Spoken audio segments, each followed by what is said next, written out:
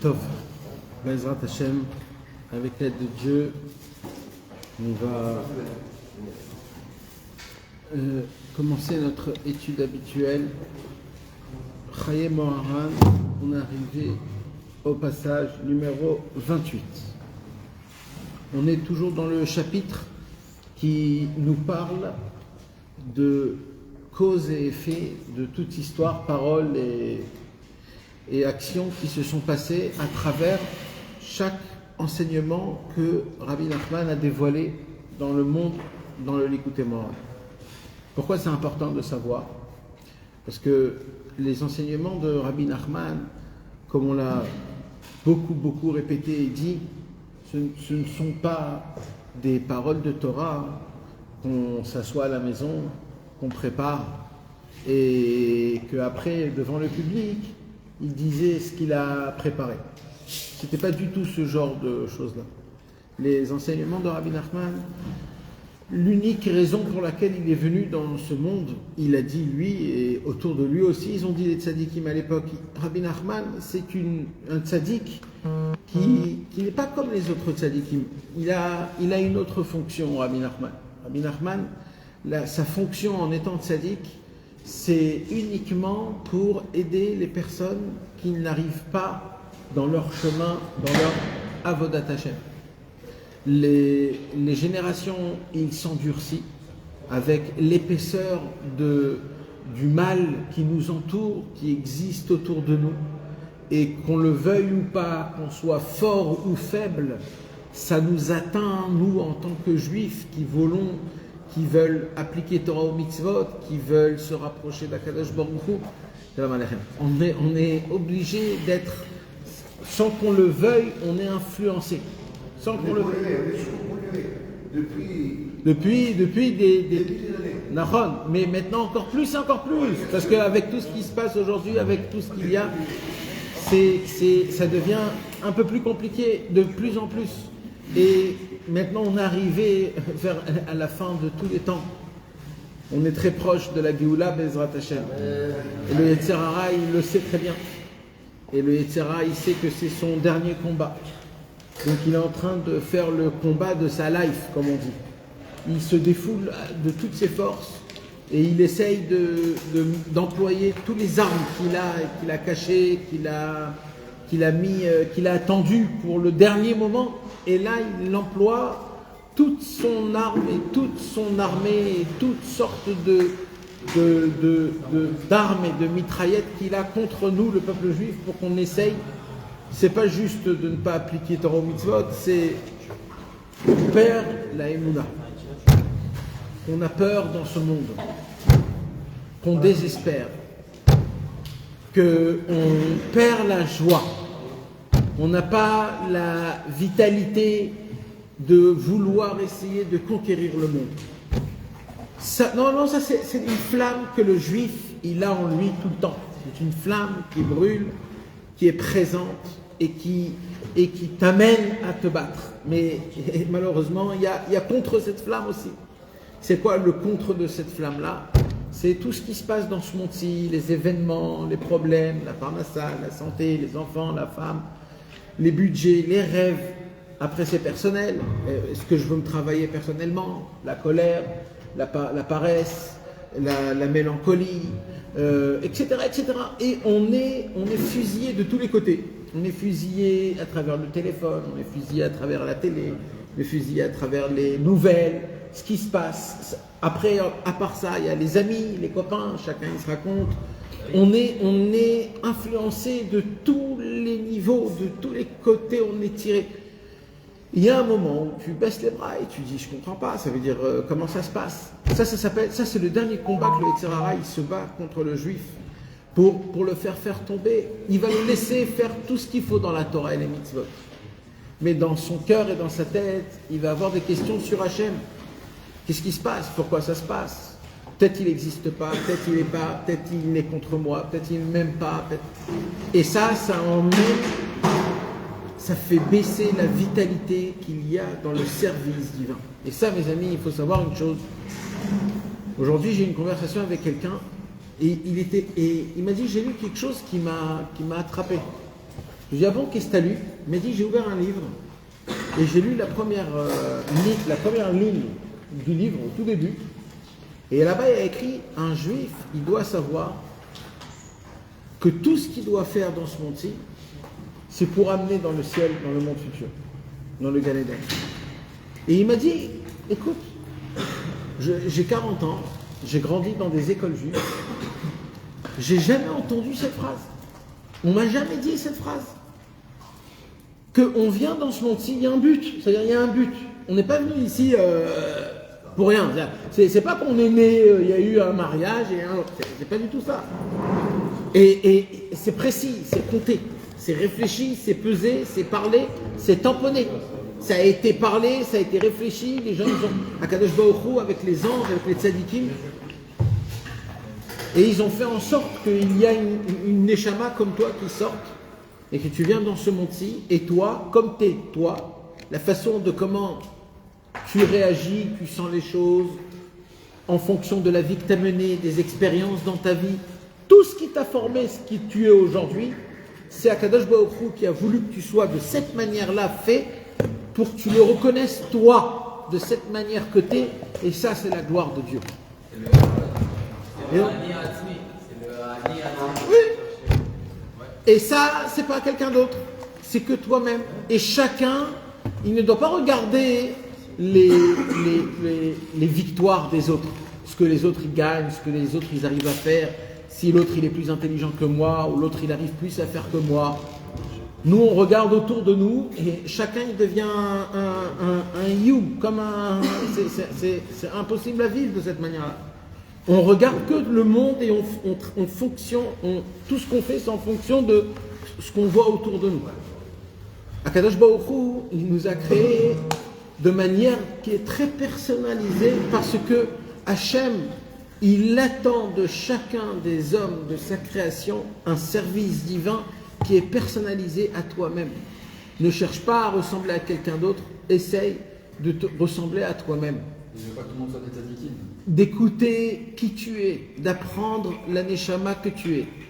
Apprendre à travers la Torah, à travers les conseils, à travers les livres des tzadikim, que eux, ils nous apprennent à apprendre qui on est, à accepter la personne qu'on est. Parce que vous savez, mes amis, nous, on n'aime pas la personne qu'on est. Alors, comme on ne peut pas vivre avec cela, donc on croit certaines choses. Et on s'est créé dans notre tête un être humain, une personne, que pour nous c'est l'idéal, à ça il faut que je ressemble. Et maintenant tout ce qui va se passer dans ma vie, c'est en fonction de cet homme imaginaire que tu t'es créé dans ta tête, que lui il est parfait, et par rapport à ça, tu vas être joyeux ou triste dans ton avodat Hashem, et tu vas être bien ou mal dans ton avodat Hashem. Akadosh Baruch Hu, il t'a dit, mais qui t'a dit de faire quelque chose pareil? Qui t'a dit de faire quelque chose pareil? Pourquoi tu es obligé d'aller aussi loin? Parce que c'est très dur d'accepter la personne qu'on est. Ça se peut que quelqu'un, c'est un colérique, et il ne veut pas l'accepter. Alors il ne l'accepte pas, et au moment où il n'accepte pas, quoi qu'on lui montrera, il dira non, c'est pas ça. Et c'est comme ça que nous, les êtres humains, on est embrouillés dans des brouillards qu'on s'est mis dans notre tête. Alors que faire?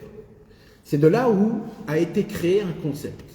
Le concept, que Rabbi Nachman a beaucoup parlé de cela, c'est l'importance de chercher, d'essayer de trouver un tzaddik, un très très grand tzaddik, pas un tzaddik petit, un tzaddik qui a des forces, qu'il arrive même à vivre dans l'au-delà, de voir, d'entendre de l'au-delà en étant dans ce monde-ci, et que ce tzaddik aussi, il a la possibilité de nous aider, à nous amener, à nous rapprocher vers Hachem à travers des conseils de vie.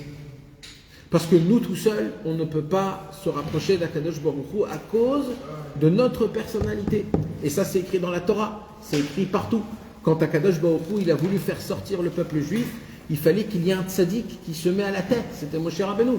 Ils étaient 400 ans en Égypte et il n'y a rien qui a changé. Pour sortir d'Égypte, il fallait un tzaddik. Après, pour ouvrir la mer, il fallait aussi un tzaddik. Après, pour recevoir la Torah, Hachem n'a pas donné la Torah au peuple juif.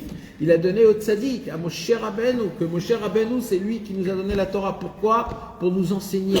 Vous avez le devoir, toute votre vie, de chercher un maître spirituel qui vous montre le chemin vers Hachem. Et un maître spirituel, quand on parle d'un maître spirituel, mettez-vous dans la tête que de la même façon que quand un homme il est très malade, il ne va pas se contenter juste d'un petit docteur qui le répare, mais il va chercher le plus grand docteur, à plus forte raison quand un homme il est malade dans sa neshama et qui veut se rapprocher d'Hachem, mais qu'il n'arrive pas à cause de ses caractères et à cause de ses défauts et à cause qu'il n'arrive pas à être joyeux et de se contenter.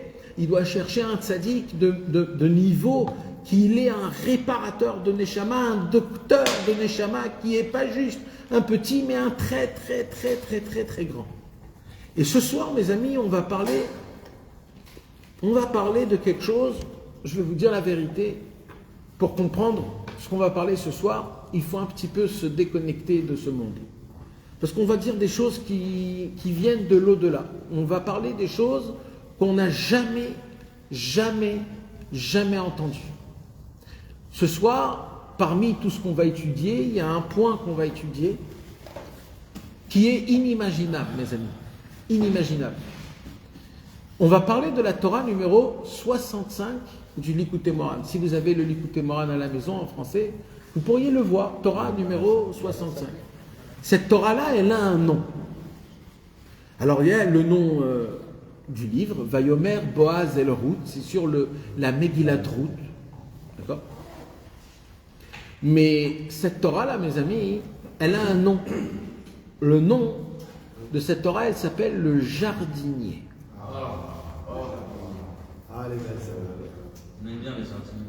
Le jardinier. Mes amis, cette Torah, Rabbeinu, pour dévoiler cette Torah-là, il a payé un prix coûtant. Vous savez que des tzadikim, comme c'est pour ça ce que je vous ai dit, Rabbi Nachman, quand il dévoile une Torah, c'est pas qu'il était assis chez lui à la maison et qu'il a ouvert un livre et il a dit bon, qu'est-ce que je vais dire au public demain? Alors, qu'est-ce qu'il y a écrit?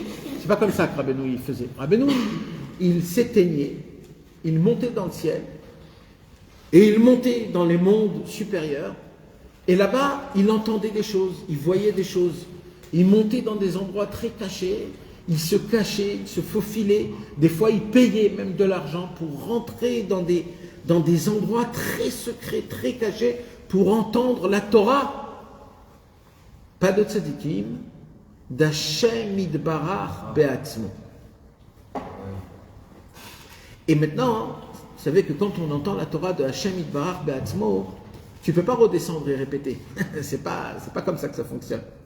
Parce qu'en haut, on ne parle pas comme on parle en bas. C'est des choses qui nous dépassent totalement. Après, il y a un travail énorme à diluer,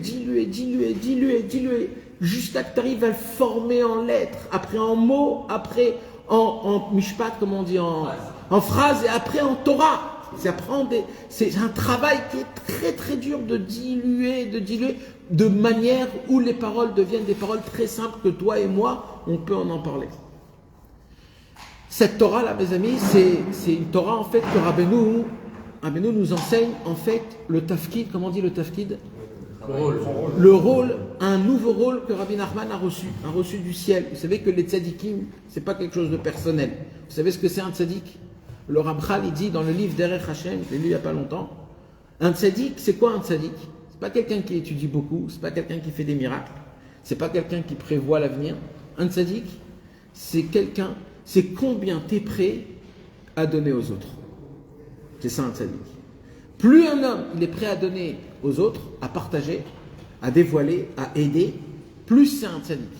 Maintenant, il y a aider matériellement, c'est un niveau qui est tout petit, mais le niveau qu'on parle, c'est surtout un niveau qui est spirituel. Ça veut dire quoi ? La vraie question qu'un homme, il doit se poser quand il cherche un tzaddik, c'est combien il peut m'aider, combien il peut me rendre plus les rapatoti, c'est-à-dire qu'il peut me guérir, qu'il peut m'aider dans mon service divin, qu'il peut m'arranger, qu'il peut me rendre joyeux, qu'il peut me rendre un bad tchouva amiti, de faire tes tchouva sur mes fautes, de ne plus revenir. C'est ça un vrai tzaddik. Combien un tzaddik, il peut être un avantage pour toi, il peut t'aider. Pour les gens qui sont tzaddik, c'est pour devenir un phare. C'est sûr qu'il y a plein de niveaux qu'il faut pour atteindre le niveau du tzaddik, tu as raison, et pour cela il faut être prêt à devenir de la poussière et à s'annuler. Mais le chemin, non mais ça, c'est ce que je suis en train de vous dire, c'est très important parce que tout commence par cela, de comprendre que chaque juif, il a le devoir d'être attaché avec son cœur et son âme à un tzaddik, pas spirituel, qui n'est pas vivant, qui est surtout dans le ciel et qui a laissé des livres et qui est très fort, d'une grandeur inimaginable que lui-même il a parlé. Mais dans cette Torah qu'on va étudier, Bezrat Hashem, Rabbi Nachman va nous décrire le nouveau rôle qu'il a reçu du ciel. Et ce rôle-là, pour dévoiler cette Torah-là, il a payé un prix très, très, très cher. Si vous vous rappelez, on a parlé de ça le cours de la semaine dernière. Pour obtenir l'enseignement numéro 65, il a dû payer son fils. Rabbi Nachman avait un fils qui s'appelait Shlomo Ephraim. On a étudié le cours dernier. Il est né, on a fait le Brit Mila. Et à peu près 1 an et demi après qu'il est né, que Dieu nous en préserve, il est niftar. Et avant qu'il soit niftar, Rabbi Nachman a eu une sorte de dialogue avec le ciel, avec le Satan, que c'est lui qui est venu en lui disant c'est pas possible, si tu prends ce rôle-là, alors je n'ai plus rien à faire dans ce monde-ci.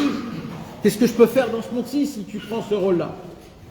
Et là, le Yetzara, il est venu l'ayem alav, c'est-à-dire il a menacé. Et sa menace était, fais très attention, je vais prendre tes enfants, je vais les prendre.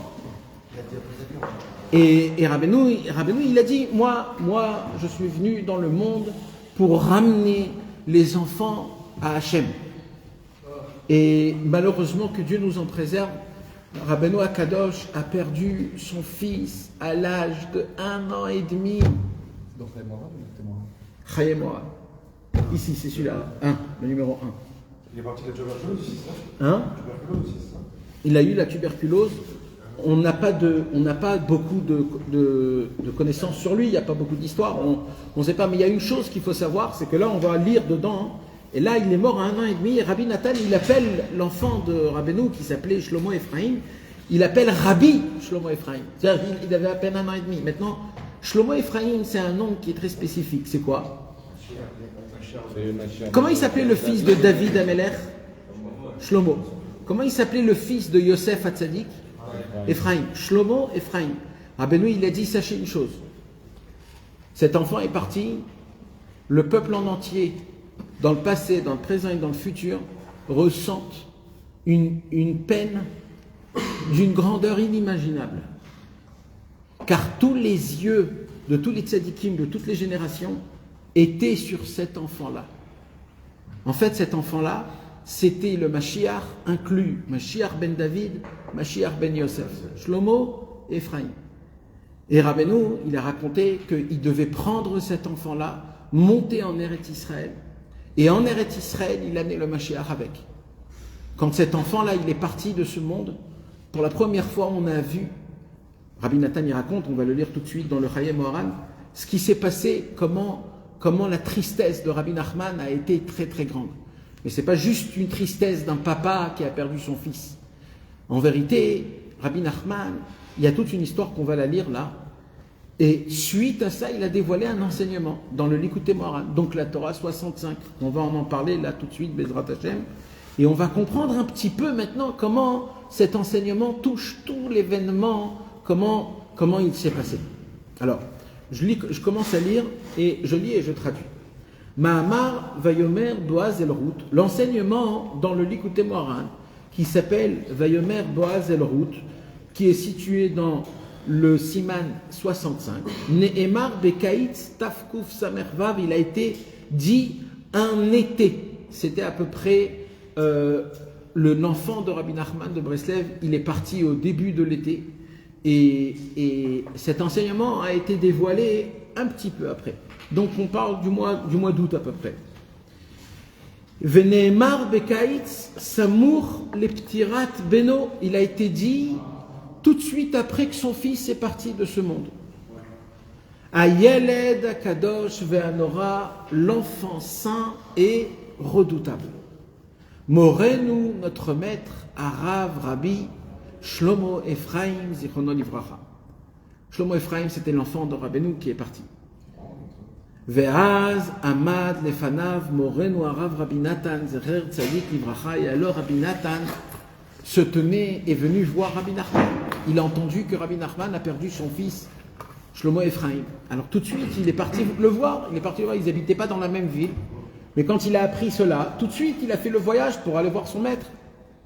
Imod Echad. Et il est allé, Rabbi Nathan, avec qui? Avec une autre personne. C'était qui cette autre personne? Rabbi Naphtali. C'était le copain. Rabbi Nathan et Rabbi Naphtali, ils étaient toujours ensemble. Ils étaient inséparables. Comme ça, c'est.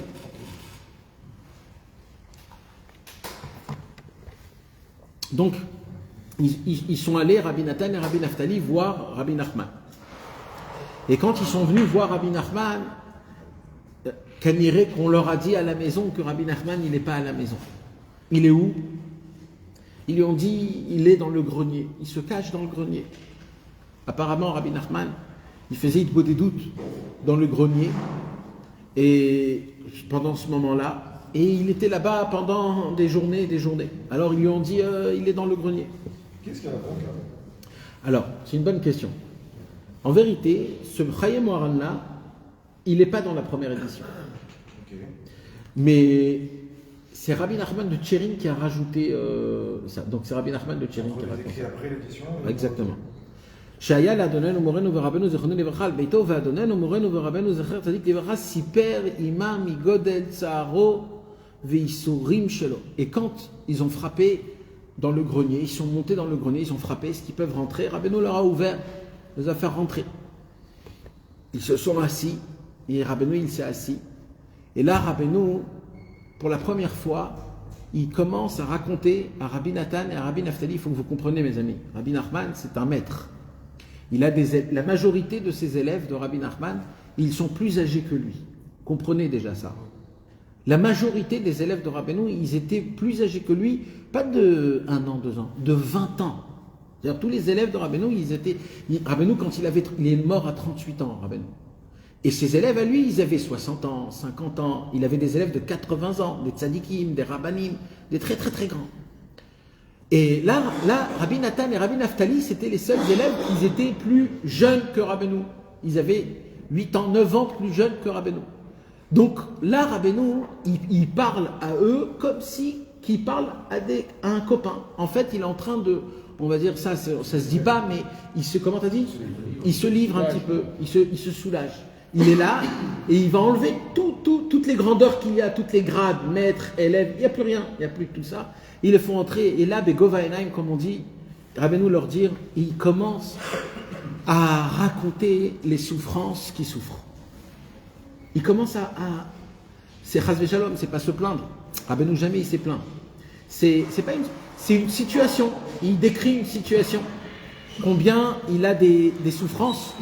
Combien ça le fait mal, combien il a... Alors ici, il dit, Rabbi Nachman, de la grandeur des souffrances et des malheurs qui lui arrivent de tous les côtés, de dehors et de dedans.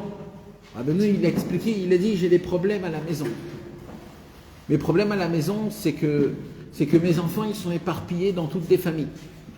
Ils ne sont pas chez moi à la maison. Ils sont malades, ils doivent grandir dans des endroits spéciaux, donc j'ai dû éparpiller mes enfants dans plusieurs villes. Donc je ne suis pas un papa qui est là avec ses enfants, d'accord? Mes enfants, ils sont éparpillés la majorité de mes enfants sont malades. Ma femme, elle est complètement perdue par rapport à tout ce qui se passe. Moi, de base, il dit Rabbeinu, je suis malade, mourant. Je vais mourir de la maladie que j'ai maintenant. Donc, j'ai déjà une souffrance avec ma famille, j'ai de la souffrance avec moi-même.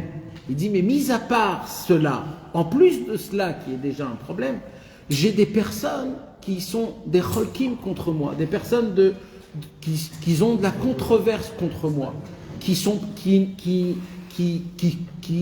moquent de nous, qui nous crachent, qui nous montrent du doigt sur des choses qu'on n'a rien fait. Nous, on veut juste servir Hachem, mais à l'époque, mes amis, comme Breslev, c'était quelque chose de nouveau. Donc il y avait une grande marloquette, il y avait une dispute qui était pas super belle. Et il dit Rabbi Nachman, moi je sais pas, moi j'ai rien fait de, moi je vis ma vie. D'un coup, il y a des personnes qui sont là, oui, mais ça veut dire, si c'était juste pas d'accord, c'est une histoire. Mais de là à se bagarrer ou à faire du mal et à faire des choses, ça veut dire nous on n'a rien demandé. Il dit Rabbeinu, et le pire de tout ça c'est quoi? C'est que mes élèves, mes frères, mes amis, ils souffrent, mais c'est à cause de moi qu'ils souffrent. Quel malheur que c'est quand tu as quelqu'un que tu aimes, que tu sais, qui souffre à cause de toi. Et Rabbeinu, il commence à parler de ça à qui? À ses élèves. C'est-à-dire, il est en train de se mettre complètement à nu devant. Et il dit, et ça c'est un problème. Maintenant j'ai des problèmes qui sont familiales, que là Rabbeinu il n'a pas expliqué, les problèmes de plein de choses comme ça. Rabbeinu il a dit, je vois que ma vie elle n'est pas normale. C'est-à-dire que les problèmes que j'ai, normalement, un problème c'est quelqu'un de normal qui a toute une vie, c'est ça son problème. Moi, comme si on m'a donné une accumulation de problèmes qui ne s'arrête pas et qui est super, super lourd et dur. Ça, c'est avant Eretz Israël ou après? Après Eretz Israël. Ou Betor Dvarav, et en plein milieu qu'il était en train de parler, Ana ve'amar Rabbeinu s'est arrêté et il a dit une phrase. Ma atem yodim. Qu'est-ce que vous sachez, vous, en parlant à Rabbi Nathan et à Rabbi Naftali? Ma gadol ve'atzum hashever hazeh. Combien est grand et phénoménal ce malheur qui s'est passé dans le monde au sujet de la disparition de mon fils. Parce que jamais Rabbeinu il a dit que ça devait être lui le Mashiach. Jamais. C'est un secret. C'est Rabbi Nathan que lui il a dit en parlant avec Rabbeinu, j'ai compris qu'en fait il avait fait allusion à Rabbi Nachman, que son fils, il avait la force d'amener le Mashiach, Mamash. Et si lui il arrivait en Eretz Israël, il avait la possibilité de conquérir tout ce qui peut être dans le monde, tout le Ham Israël, le ramener en Eretz Israël et de Mamash qu'il y a le Mashiach. Et là Rabbeinu il dit, vous croyez que je me plains et que je pleure parce qu'un papa il a perdu son fils. Ok, c'est pas du tout ça. C'est pas du tout ça. Il dit, si vous savez une goutte de la mer, juste d'avoir une conscience de la perte que le monde a perdue, de la disparition de mon fils, oh, si vous savez, hélas, kol levavi, tout mon cœur, nishbar venitak mimkomo, il s'est brisé et il a été arraché de son endroit, de sa place. Et à ce moment-là, il s'est passé quelque chose. C'est la femme de Rabbeinu, c'était une femme qui était très très spéciale, mes amis. On connaît presque rien du tout sur la femme de Rabbeinu. Rien. La première. Sa femme à elle, sa vraie femme. Sa femme à elle, sa chia. On ne connaît pas beaucoup sur elle. La deuxième, la deuxième, on la connaît, on ne sait même pas comment elle s'appelle. Mais il n'a eu aucun lien avec la deuxième. C'est juste. Même sur la première, on connaît un peu. Sur la première, presque rien, on connaît juste de toi détails. Par contre, c'était une très grande sadéquette. Et elle avait très très honte de son mari et très peur. Pas peur, elle avait un respect énorme. Ça veut dire qu'elle savait qui était son mari. Alors elle avait honte de dire ça à son mari. Alors quand elle a vu Rabbi Nathan et Rabbi Naftali, elle s'est sentie plus à l'aise. Et elle a dit à Rabbi Nathan et Rabbi Naftali, posez la question à mon mari. Comment ça se fait qu'il a laissé l'enfant mourir comme ça et qu'il n'a pas sauvé par ses prières? Et quand Rabbeinu il a entendu ce qu'elle a dit, sa femme, là Rabbeinu Akadosh a commencé à sangloter et à pleurer. Et là, Rabbi Nathan et Rabbi Naftali, quand ils ont vu ça, ils se sont sentis tellement gênés que vite fait ils sont descendus du grenier et ils ont fermé la porte. Le lendemain, ils sont revenus. Rabbeinu les voit et ils disent, oi, pourquoi vous êtes partis hier? Si vous saurez rester, je vous aurais dévoilé des très grands secrets. Et parce que vous êtes partis, je peux pas, c'est un siman que je ne peux pas vous dévoiler les secrets. Mais, il dit Rabbeinu, mais je vais vous dévoiler quand même autre chose. Et là, il a dévoilé la Torah 65. C'est quoi la Torah 65, mes amis? La Torah 65, elle parle comme ça. Écoutez bien, mes amis, parce que là, voilà, n'essayez pas de trouver une logique à cela. D'accord? Là, sachez, mes amis, que pour amener cette Torah dans le monde, Rabbeinu, il a pris quelque chose de très cher. D'accord? Il a payé vraiment. Maintenant, cela, ça veut dire que c'est quelque chose qui nous dépasse totalement. Donc, venez, Rabbeinu nous a donné en cadeau, ce qu'il a voulu, ce qu'il a fait descendre dans le monde. Donc, venez, on prête très très attention à ce qui est écrit ici. On va parler, bien sûr, mes amis, vraiment sur un seul pied, d'accord? On peut pas étudier toute la Torah, elle est longue, elle est très profonde et ça se fait pas en 1 heure, etc., etc. Donc on va survoler la Torah, on va parler des points essentiels de cette Torah pour avoir une petite idée. Ça, c'est le lendemain? Ça, c'est le lendemain matin. Le lendemain matin, Rabbeinu, il a dit, bon, vous êtes partis, dommage, mais si vous ne serez pas partis, je vous aurais donné des secrets. Mais je vais quand même vous dire quelque chose. Et là, Rabbeinu, en fait, il dévoile une... Hein? Ok, alors restez, et ça vaut la peine. Nathan, oui. David Ben Amram, maintenant, alors écoutez bien, mes amis, comment ça fonctionne. Rabbeinu, il commence comme ça. Il y a un jardin tout en haut, tout proche d'Akadosh Baruch Hu. Akadosh Baruch Hu, il a un jardin. C'est un jardin d'une beauté et d'une grandeur qui est inexplicable. Inexplicable. Qu'est-ce qui pousse dans ce jardin-là? Il pousse toutes les âmes des tzadikim et des kshérim et des juifs. Ils ont tous une forme, ils ont tous une place. Plus tu es une grande personne, plus tu es un arbre qui donne des fruits. Il y en a que ce sont des fleurs, il y en a que c'est des feuilles, il y en a que c'est une branche, mais en général, ils sont tous dans le jardin. Et ils sont dans le jardin. Maintenant, il y a toujours plusieurs sortes. Quand il y a un jardin, il y a des fois des feuilles mortes qui tombent. Il y a des fois, le parterre, il est rempli, par exemple, quand c'est l'automne, l'hiver, les feuilles y tombent, ça devient le parterre de tout le jardin. Donc ça devient des gens qui deviennent du parterre.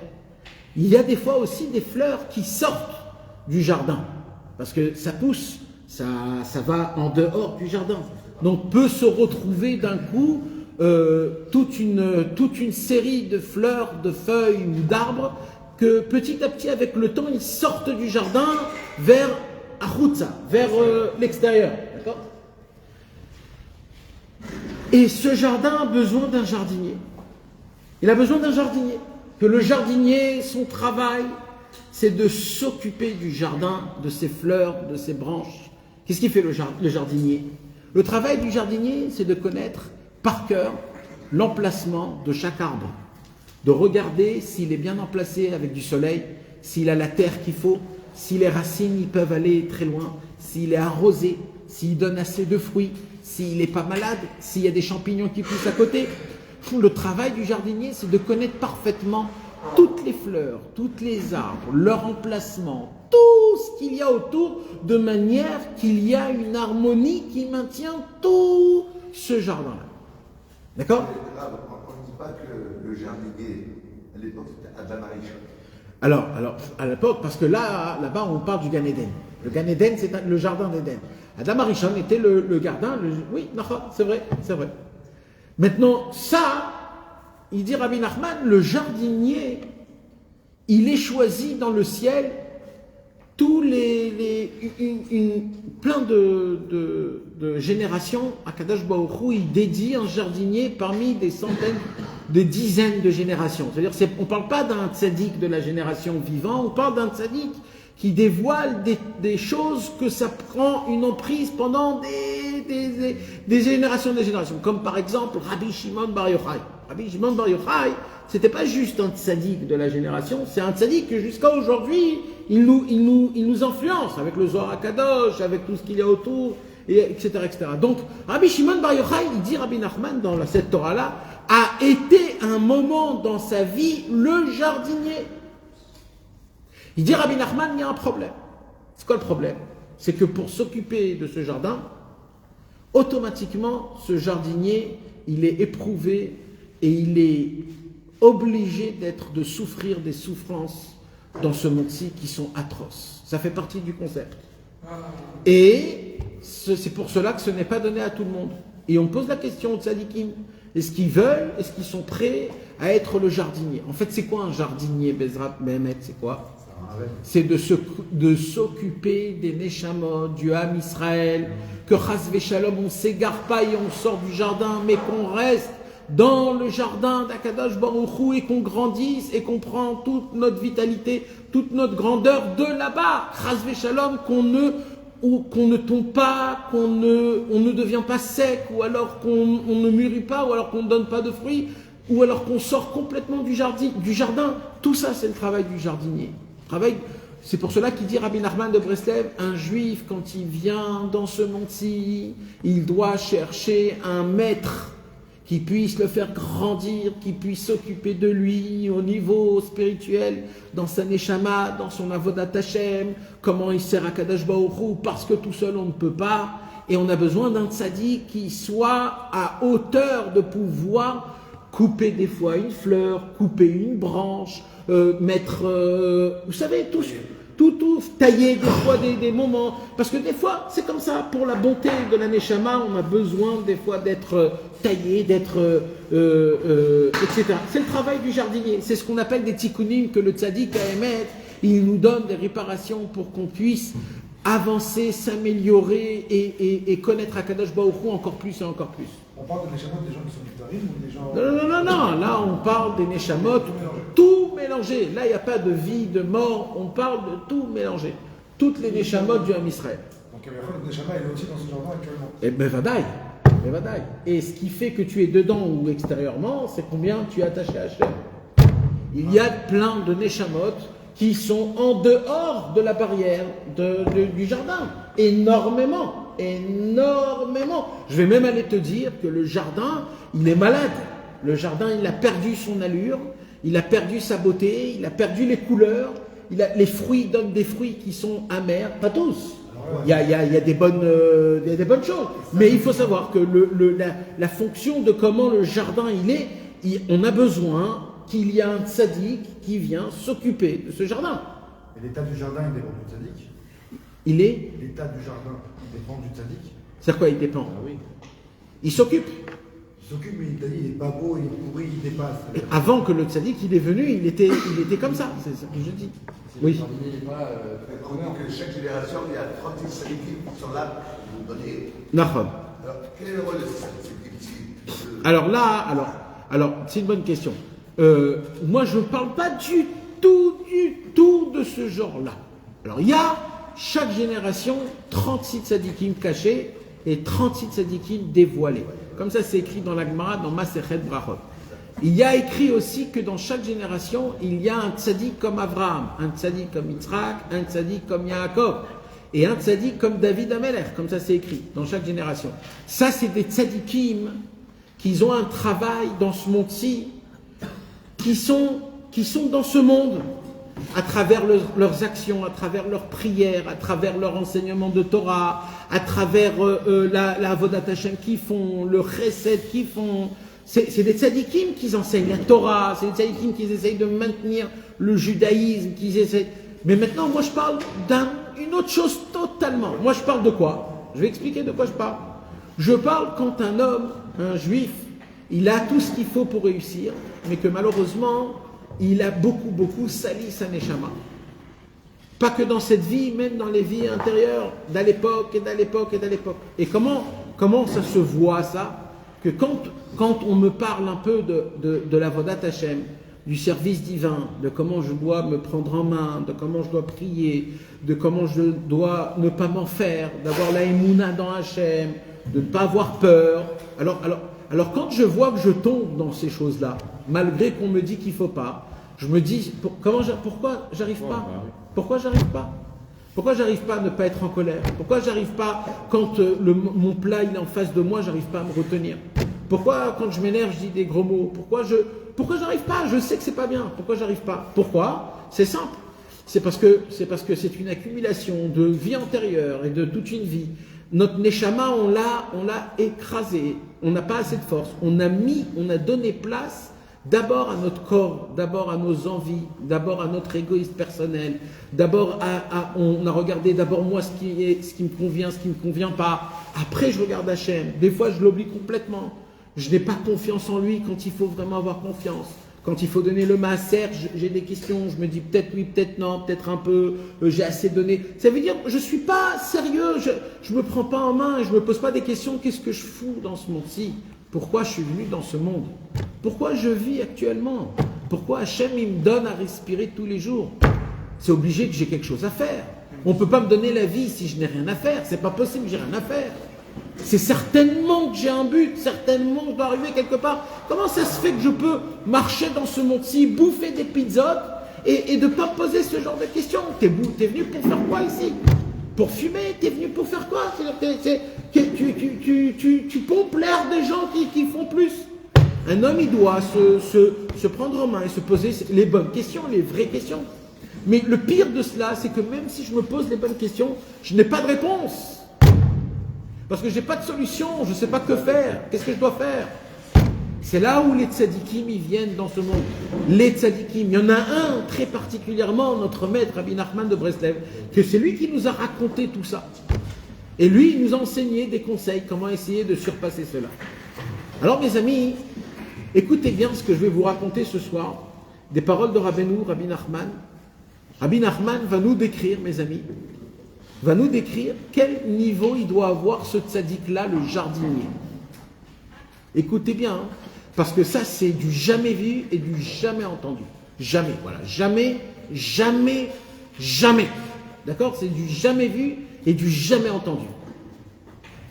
Le fait qu'il compare les tzadikim déjà aux jardiniers, on a toujours comparé, avant, on a toujours comparé les tzadikim plutôt à des bergers.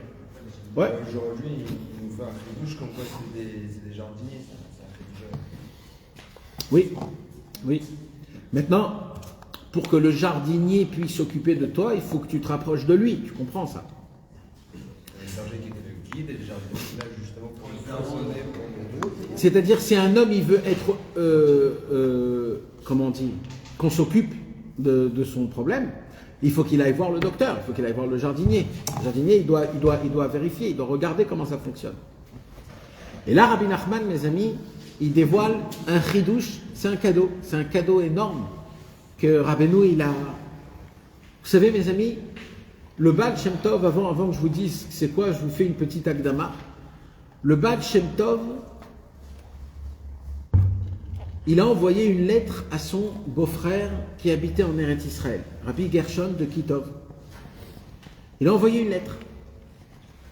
Et il lui a dit, très cher beau-frère, je vais te raconter ce qui m'est arrivé un jour, il n'y a pas longtemps. Il lui dit, j'ai fait ce que je sais faire et j'ai déconnecté ma neshama de mon corps. Et je l'ai laissé s'envoler. Comme ça, il écrit de sa propre main, hein, le Baal Shem Tov, de sa propre main. Et il dit, et mon âme monte de niveau en niveau, de niveau en niveau. Ça ne s'arrête pas.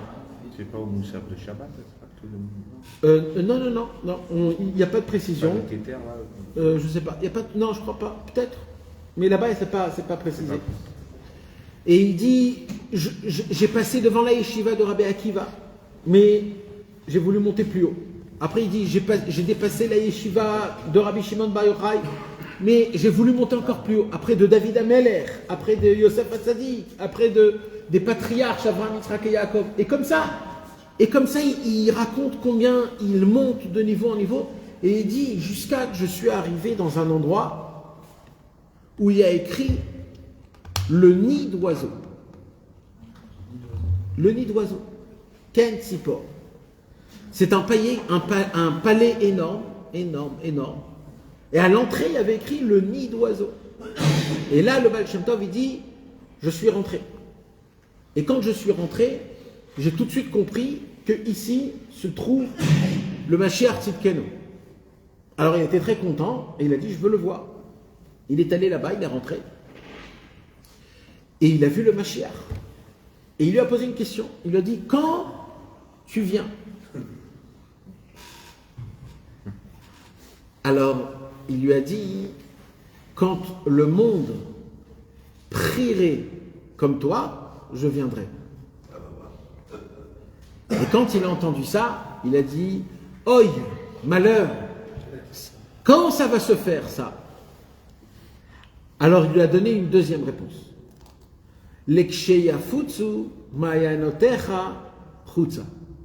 Quand tes écrits seront dispersés dans le monde, alors je viendrai.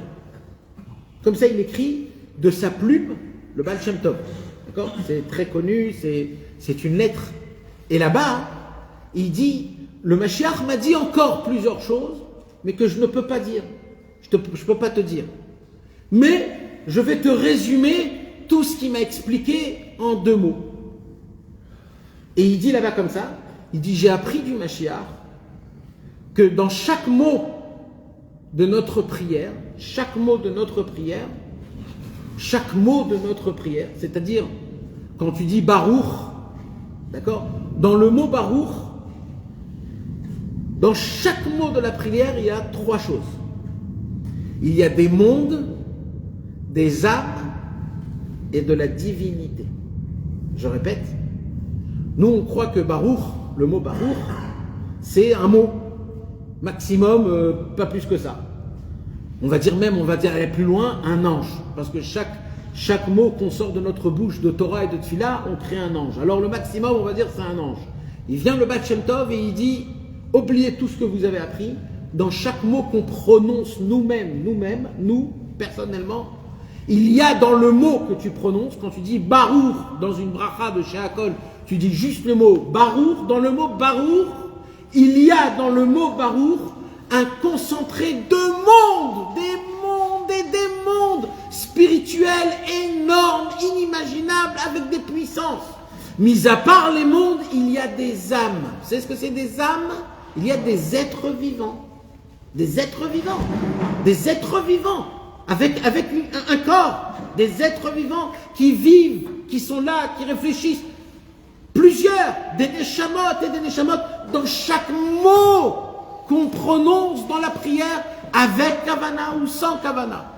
Et je vais aller plus loin. Et tu sais ce qu'il y a aussi? Il y a de la divinité de Hachem qui n'existait pas avant que tu prononces le mot de la tfila. Tu créais une divinité d'Akadosh Baruch Hu toute nouvelle. Tu agrandis le nom d'Hachem qu'en prononçons. Et il dit le Baal Shem Tov, celui qui sait prier de cette manière-là, il fait venir le Mashiach.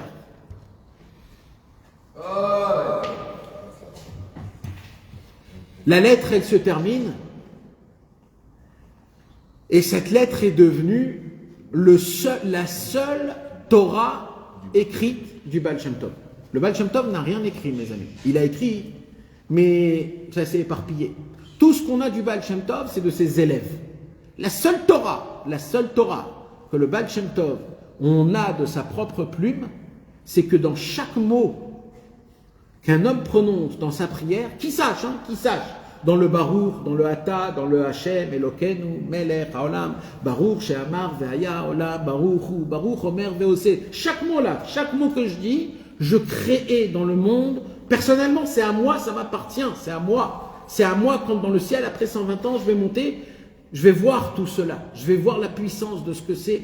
Et tout en fonction de la kavana. Plus un homme il a de kavana, plus c'est encore plus fort. Moins il a de la kavana, c'est moins fort. Mais il faut savoir que la puissance qu'un homme il a quand il sort de sa bouche des mots de la prière, il faut qu'il comprenne que la puissance qu'il a, c'est puissance 1 million. Car nous, des fois, on se dit, il n'écoute pas Hachem, mais tu t'imagines même pas combien t'as entendu. Tu fais résonner le monde. Tu fais des tremblements de ciel dans le ciel. Tu t'imagines même pas combien on t'écoute, combien tout ce que tu dis, c'est imprimé, c'est tamponné, c'est vu, c'est accordé, tu t'imagines même pas. Et alors que tu vois pas, et alors que tu vois pas ce que tu demandes. Qu'est-ce que t'en sais, toi, ce que ça fait dans le ciel? Mais avec ça, on ne sait pas quoi faire. Regardez maintenant, mes amis, 12 ans plus tard, Rabbi Nachman de Breslev naît. 12 ans après le Baal Shem Tov, Rabbi Nachman y naît. On parle de tefila qui reste ou même du tefila si je fais une bonne par exemple. Tout. Chaque adressation à Kadosh Baruch Hu. Maintenant, écoutez bien, mes amis. Quelques années plus tard, Rabbi Nachman de Breslev dévoile la Torah 65. Et pour la première fois, mes amis, Rabbi Nachman va nous décrire quelque chose qu'il a vu, qu'il a entendu, qu'il a goûté de ses propres yeux, de ses oreilles. Mamash. Il va nous faire le cadeau de nous dévoiler quelque chose qu'il a vu. Vous savez ce qu'il a vu, Rabbi Nachman, mes amis? Rabbi Nachman, il a vu qu'est-ce qui se passe avec les lettres qu'on sort de notre bouche quand on fait la prière.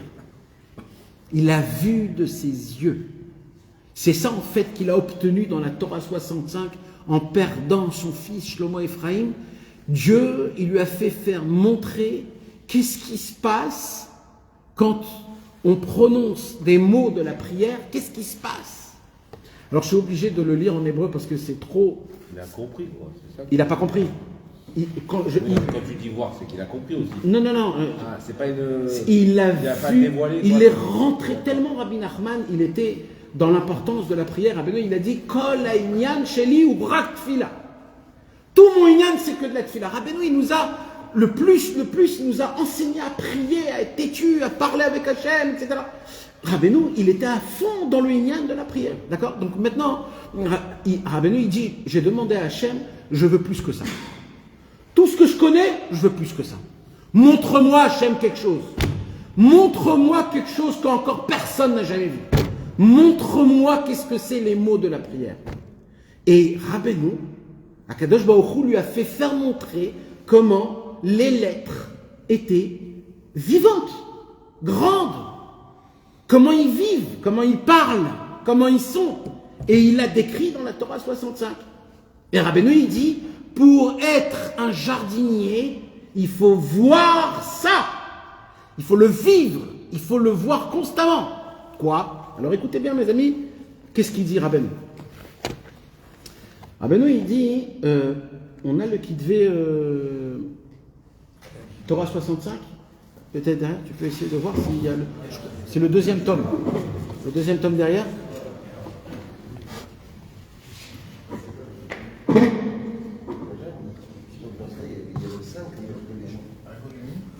Non, plus, vous avez plus.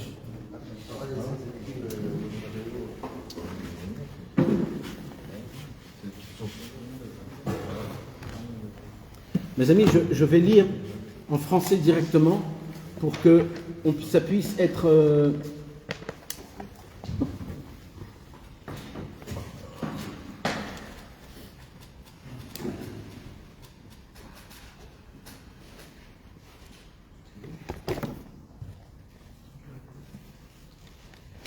Lorsque l'homme a le mérite d'atteindre le but, la perfection de la prière réside principalement dans le fait de réaliser une unité de toute la prière. Il dit Rabbi Nachman, le plus haut niveau de tous les niveaux, c'est de rendre ta prière un mot. Que de toute ta prière, il y a un mot. C'est un mot. Ça ne veut pas dire que tu dis un mot, mais que tous les mots que tu sors de ta prière, eux, ils s'unissent et ils deviennent un seul mot. Alors, attendez, parce que là, on va rien comprendre. Hein. Non mais attends, je vous ai dit, mes amis, là c'est quelque chose de très spécial. On a le mérite, bichlal, de lire. Alors venez juste, on écoute et on accepte, d'accord? En effet, quand il se tient debout pour prier, lorsqu'il commence à prononcer le premier mot, par exemple le mot béni sois-tu, Baruch Ata, aussitôt que la première lettre du mot est émise à l'occurrence la lettre bête, Baruch, bête, du mot Baruch. La lettre, écoutez mes amis, la lettre demande et supplie alors l'âme de ne pas se séparer d'elle. Elle ne laisse pas l'âme poursuivre et parler davantage, car la lettre étreint se lie à l'âme en lui demandant de ne pas se séparer d'elle. À plus forte raison, lorsque le fidèle achève un mot, c'est alors tout le mot qui est en train de s'agripper à l'âme et ne laisse pas le quitter pour prononcer le reste des paroles de la prière. Rabbeinu, il a vu que quand un homme il dit Baruch dans la prière, le premier mot de la lettre bête, elle vient et elle s'agrippe à notre âme, à nous, à notre neshama. Elle s'agrippe à nous. Elle nous dit je t'aime, reste avec moi, ne passe pas à l'autre mot s'il te plaît. Je t'en supplie, reste avec moi et sois avec moi. Je t'aime, tu m'aimes. Profite de moi, goûte-moi. Et après le resh, la même chose elle fait. Le vav, la même chose. Et dès que toutes les lettres ils viennent et ils disent, toutes les lettres Baruch, ils disent, je t'en supplie, reste dans le mot Baruch, je t'en supplie. Ne me quitte pas en disant Ata. Après quand tu dis Ata, la lettre de Aleph, elle saute sur moi, elle me dit, ah, qu'est-ce que je t'aime, qu'est-ce que je t'aime. Je veux rester avec toi, ne passe pas autre chose, s'il te plaît, s'il te plaît. Après quand tu dis Ado, le Yud, le He, le Vav, le He, il s'agrippe à toi, oh là là, merci, merci. Et ils se battent, ils disent, ne passe pas autre chose, je t'en supplie. Ça, Rabbeinu l'a vu de ses yeux. Et ça se fait avec tous les mots que tu prononces dans la prière, même si tu fais ta prière en bâillant et en regardant TikTok. Vous comprenez cela, mes amis? J'ai pas terminé, hein. Rabbeinu, il continue, là. Rabbeinu, il dit,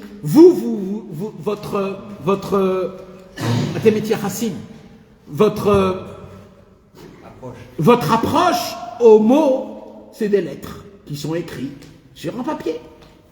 Et le maximum que tu mets d'intention à une lettre, c'est combien? C'est 0,5 secondes. Baruch ata Hashem Elokeinu melech olam, Baruch she'amar vaya olam, Baruch hu. Tu t'imagines que dans chaque mot que tu te dis, il y a un monde qui se passe, un monde. Tu es entouré de toutes les lettres qui sont là et qui t'admirent et qui t'aiment et qui s'aggravent à toi. Et tu dis, je t'aime, ne me quitte pas, je t'en supplie, ne me quitte pas. Tous les mots de la prière, tous les mots. Je continue, les amis. Lorsque l'homme se tient pour prier, prononce les mots de la prière, il cueille alors des poussées, des fleurs, des roses, de toute beauté, toutes comme un homme qui se rend dans un champ pour y accueillir des roses et des belles fleurs, une à une.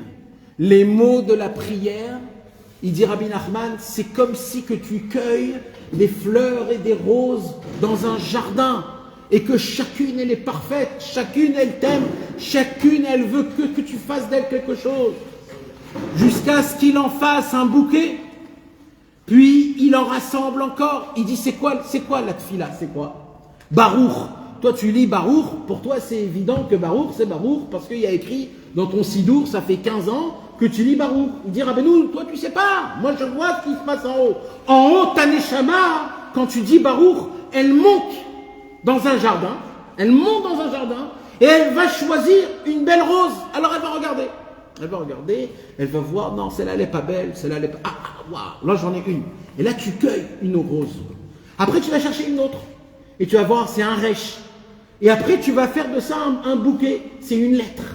Maintenant toi tu lis vite, mais ce que tu sais pas, c'est que ta neshama dans le ciel, elle fait ce parcours-là.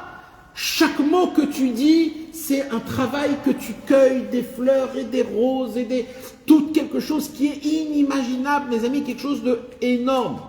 Ça, Rabbi Nachman, pour le dire, Il l'a vu de ses yeux.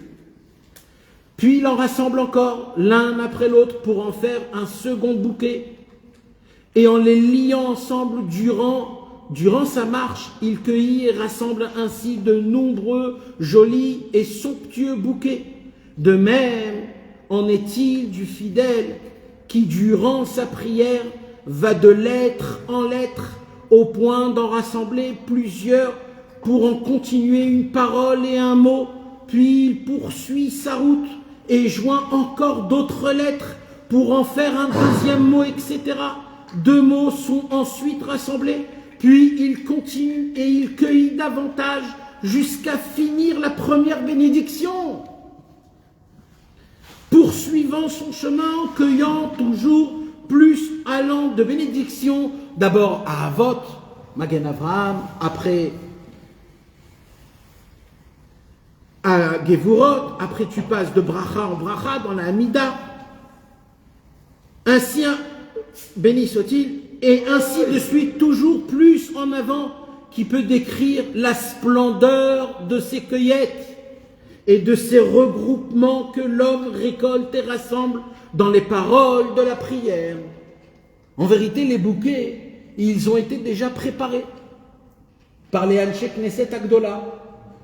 En prononçant le mot Baruch, c'est une cueillette qui a été faite des Anshe Knesset Agdola. Prenez cette rose-là et ça. Vous devez juste la cueillir. Comment tu la cueillis? En la prononçant. Il dit, mais vous ne savez pas, vous, les bouquets et les beautés de ce qu'il y a dans les mots de la prière, dans les Teilim, que tu lis des Teilim, des Tfilot, dans le Likuté Tfilot, des prières que tu prononces quand tu parles avec Hachem. C'est des beautés inimaginables qui se fait, quoi qu'il se passe. L'essentiel, c'est que tu les dis. Lorsque la parole sort, la parole jaillit.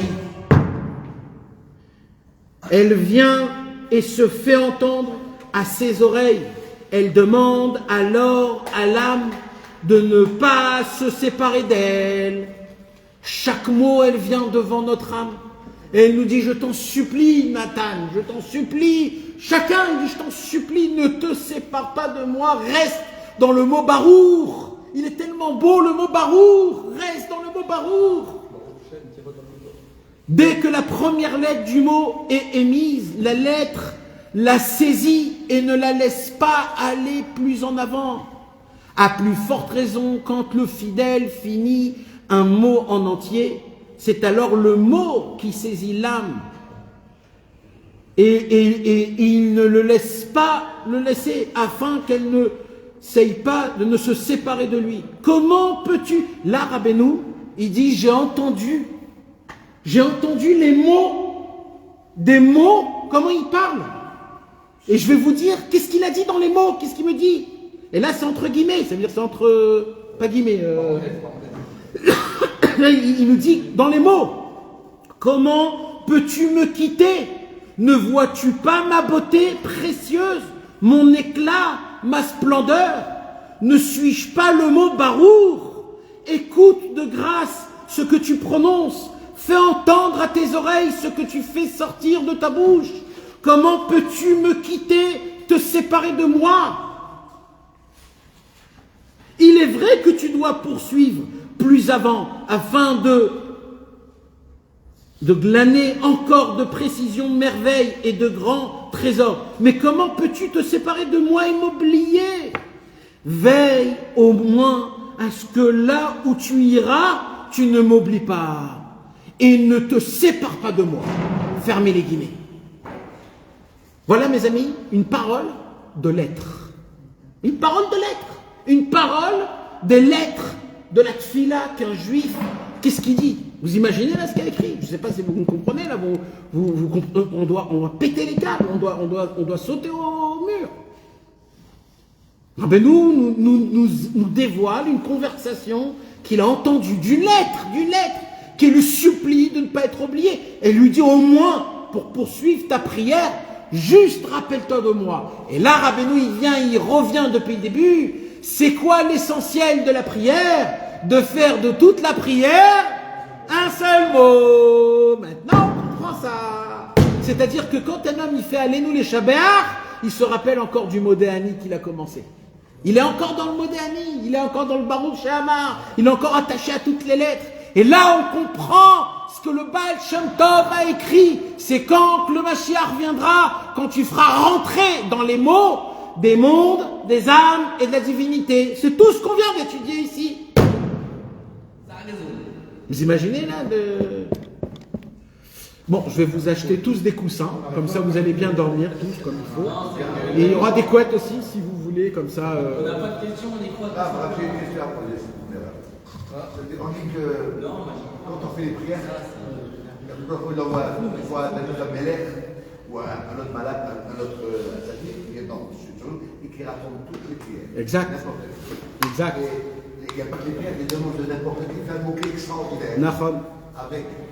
Avec les 10 mélodies et avec ça. Et en plus, ceux qui l'accompagnent avec lui, c'est un cortège. Ceux qui l'accompagnent avec lui, c'est quoi?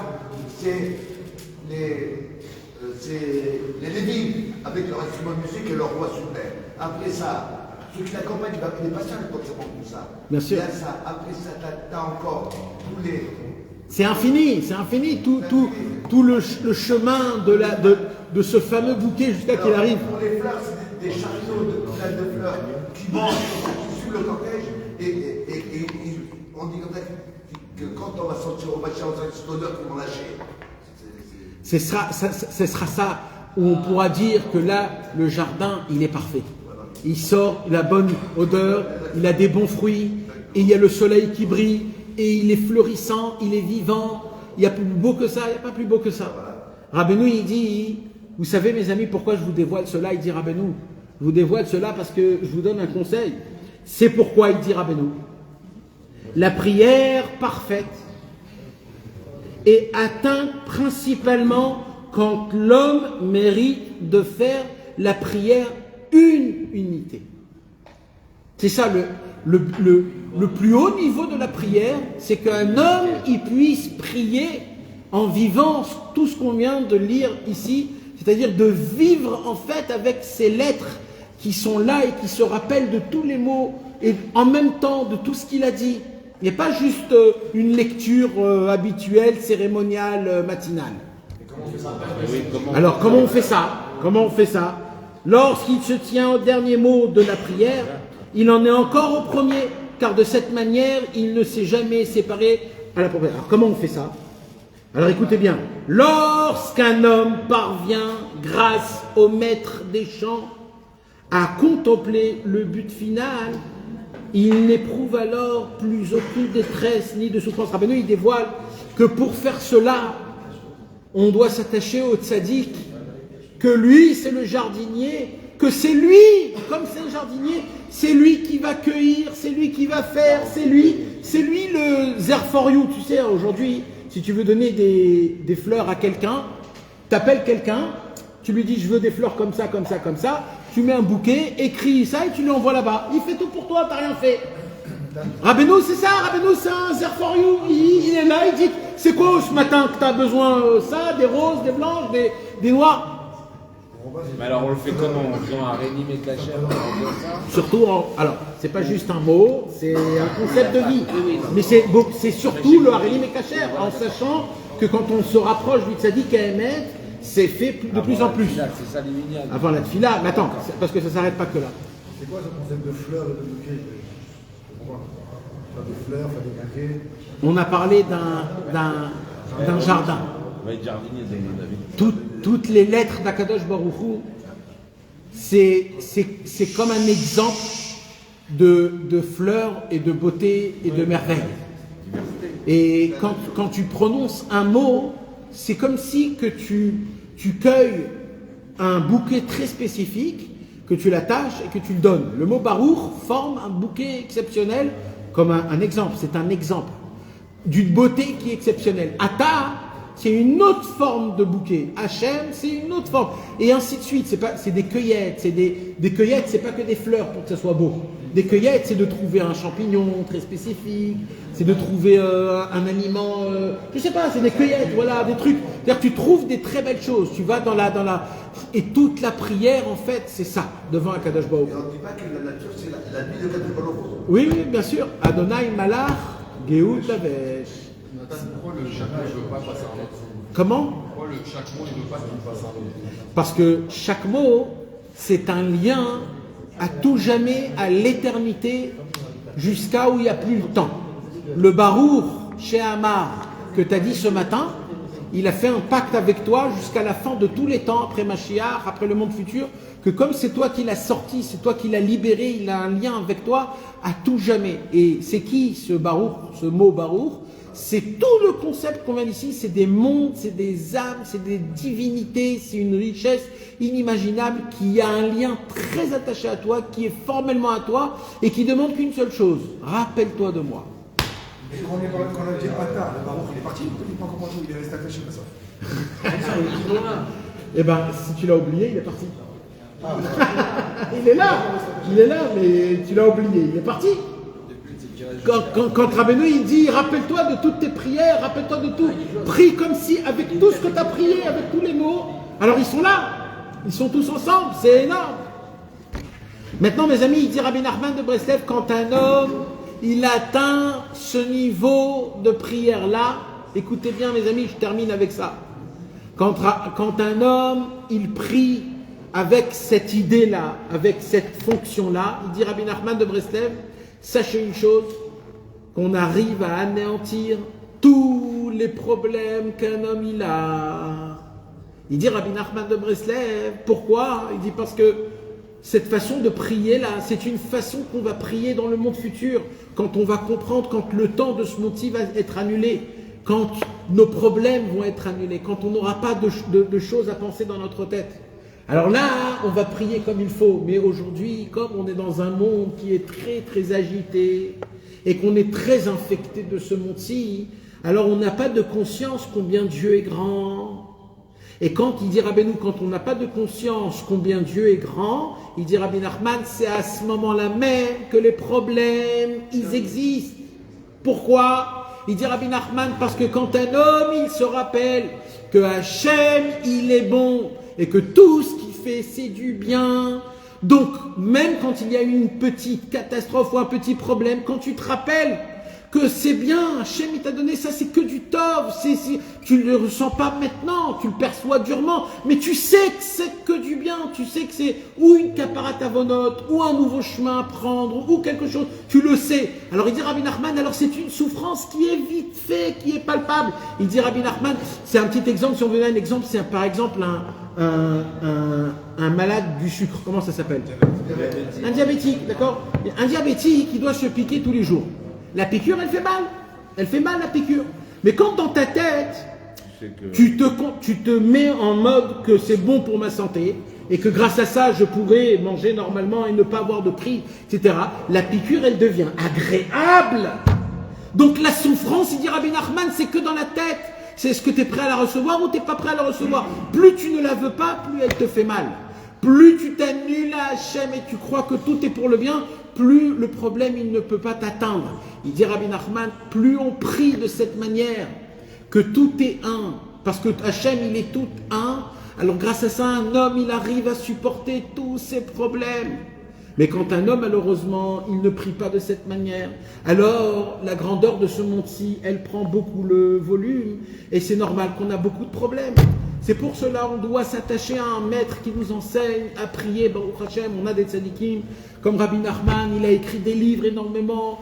Comment prier avec Hachem, comment parler de son cœur avec nos mots, en disant ce qu'on a dans notre cœur, en découlant tout ce qu'on a, tout, et de demander de la pitié, de la miséricorde, de l'aide dans notre service divin.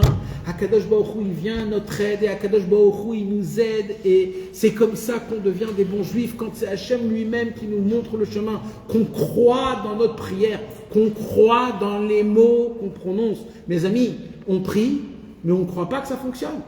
On n'a pas la émouna que ça marche. On n'a pas la émouna que ça marche. On n'a pas la émouna qu'Hachem nous entend. On n'a pas cette émouna-là. On l'a juste, ouais, oui, nous entend. Mais on n'a pas vraiment la émouna. C'est ça notre problème.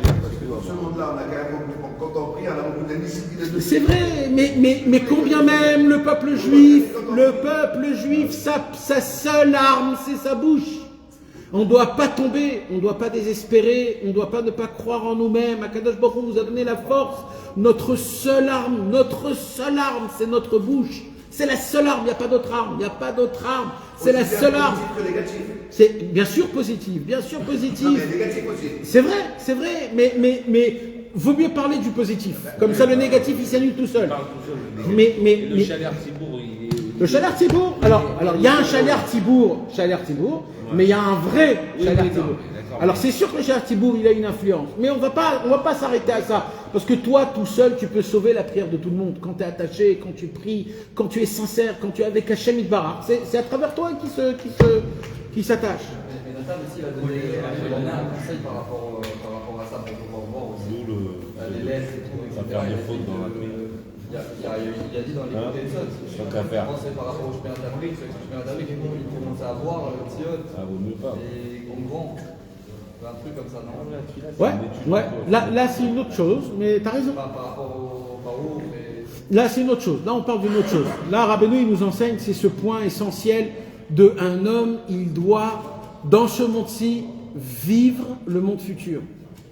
Et ça se fait à travers ce qu'on appelle un bitoul. C'est quoi un bitoul?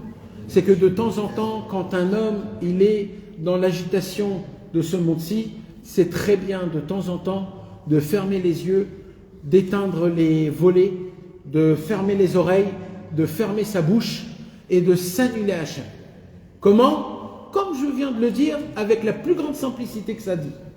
Tu fermes tes yeux, tu te déconnectes autour de toi, tu essayes de rien entendre, tu mets de côté tous tes problèmes, tous tes tracas, tous tes troublements d'esprit, et là tu te dis maintenant Hachem, je m'envole vers toi, et j'ai plus rien, je n'existe plus, je monte et je m'annule, je m'inclus en toi. Voilà. J'ai plus aucune volonté, j'ai plus envie de rien. Il dit Rabbeinu, quand tu fais ça, tu atteins un niveau très élevé. Quoi? Il dit Rabbi Nachman, regardez, quand on veut voir de loin, qu'est-ce qu'on fait? On plisse les yeux. Parce que quand tu plisses les yeux, tu arrives à voir plus loin. Il dit Rabbi Nachman, si c'est en plissant les yeux que c'est comme ça, qu'est-ce qui se passe quand tu fermes totalement les yeux? C'est là où tu vois tout. Qu'est-ce qui se passe quand un homme, il embrasse son enfant? Il ferme les yeux. L'enfant et le papa. Pourquoi il ferme les yeux? Pourquoi quand on embrasse, on ferme les yeux? Parce que tu ne veux pas embrasser la chair. En fait, tu veux embrasser la personnalité, la neshama. Et comment tu t'attaches à elle? En éteignant les yeux. Quand tu fais Shema Israël, pourquoi tu fermes les yeux? Parce que à ce moment-là, tu veux remonter dans l'endroit le plus élevé qui existe chez Hachem. Il dit Rabbeinu, quand tu fermes les yeux, ne crois pas que c'est rien du tout, il ne se passe rien. Quand tu fermes les yeux, tu t'attaches à quelque chose qui est à l'au-delà, à Kadosh Baruch. Il dit Rabbeinu, quand tu sens que tu ne peux plus te battre, quand tu sens que tu es complètement éclaté, fais un bitoul, éteins les volets, ferme tes yeux. Il dit Rabbeinu, ça va t'aider momentanément, parce que ça on peut le faire que quelques secondes, quelques minutes. Mais il dit, mais c'est pas pour la seconde et la minute. C'est parce que quand tu vas revenir dans ce monde-ci, dans les problèmes, encore une fois, tu vas maintenant devoir te rappeler qu'il existe un endroit pareil, où je peux complètement m'annuler à Hachem, et que là-bas, tout est bon, tout est bien, et tout est un. Tous tes problèmes, c'est quoi? C'est qu'il y a beaucoup de nombres, il y a beaucoup de multiplication, il y a beaucoup du pluriel. Quand tu éteins les yeux, tu découvres que tout est un, tout est bon, tout est bien, et tout est parfait. Et quand tu redescends dans ce monde-ci, et que tu es attaqué par le nombre, tu te dis, j'ai pas peur du nombre, je sais que tout est un. Et ça te donne de la force. C'est Rabbi Nachman qui parle de ça dans le sommeil, ça, c'est ça. C'est aussi, c'est la Torah 65. Tout ça, c'est la Torah 65 de Rabbeinu. Tout ça vient du prix que Rabbeinu il a payé pour découvrir tous ces secrets. Ça continue, hein, mes amis. Sachez que ça continue. Oui, t'as raison. Ça, c'est la théorie.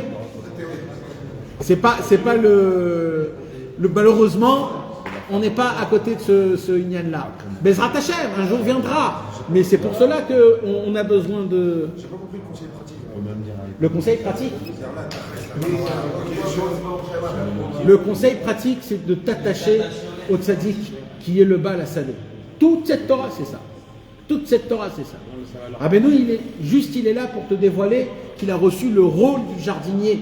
et la raison pour laquelle malheureusement il a perdu ses enfants et qui souffre et qui va souffrir dès maintenant jusqu'à la fin, c'est parce qu'il a pris le rôle du Baal Assadé. Et Rabbeinu, il a déclaré haut et fort en disant de manière manifestante que jusqu'à la venue du Mashiach, ce rôle, il m'a été donné. Et mon travail à moi, c'est d'améliorer, de donner la vie, de réparer, de guérir toutes les âmes, là où ils sont, de leur faire découvrir Hachem, de leur montrer un chemin pour revenir vers Akadosh Baruch Hu à travers les conseils et les enseignements. Et il faut juste maintenant se prendre la carcasse qu'on est, la traîner pour l'emmener vers le tzaddik à émettre, le docteur, que lui vienne nous donner des guérisons, car c'est lui qui fait à travers son travail du jardinier dans le ciel, c'est lui qui nous répare.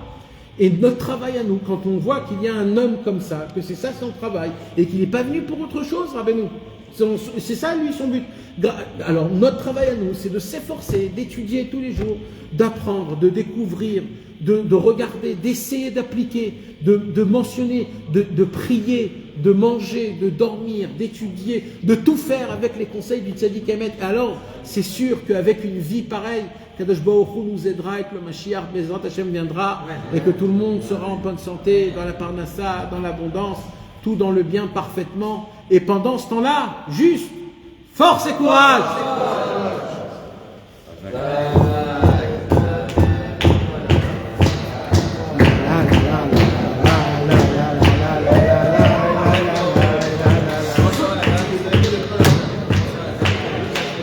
Monsieur, je mets une petite caisse, celui qui peut aider Bezrat Hashem pour les transports, pour les dames, qui viennent. Force et courage. Qui partent. Vous avez pris un B, vous avez pris